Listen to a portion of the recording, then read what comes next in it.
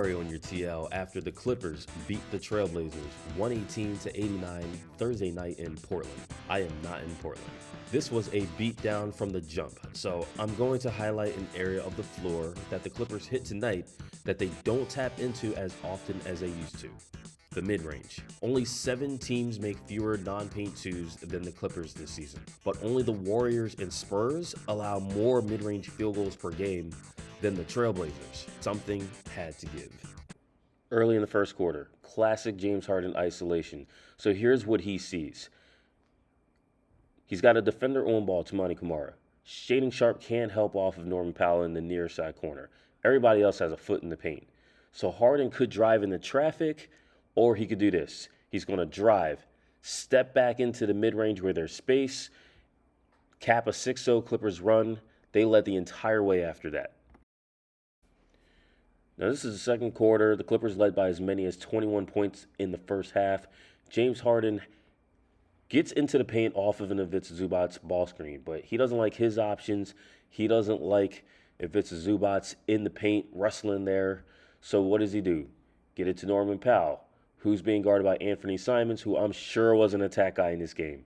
And as you can see, drive, step back, between the legs, cash out. Now, the Clippers didn't score in the last 3:33 of the first half, but a good game for Norman Powell nonetheless.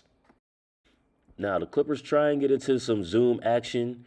Norman Powell being guarded tightly off the Jones screen.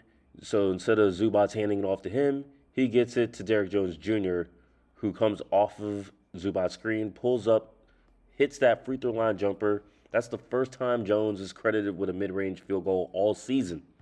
Got to highlight Terrence Mann in this game. This was a full team effort. Terrence Mann was a game-time decision, left the previous game with a calf injury. He's fine, and he sees DeAndre Ayton. Instead of attacking him in the paint, look at all that space to the right. Step into the mid-range, and the Clippers led by as many as 34 points in this one.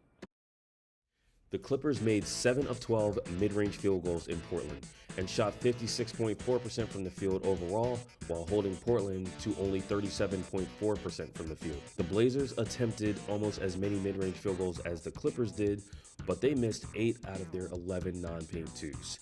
11.9% of the Clippers' points came from mid-range field goals, the third highest mark in the season and their second highest in a winning effort. For context, the Sacramento Kings lead the NBA by scoring 11% of their points in the mid-range. And that win came one night after a Clippers franchise record 59-point win at home against the Nets. This is the first time in franchise history that the Clippers won both games of a back-to-back set by at least 25 points each.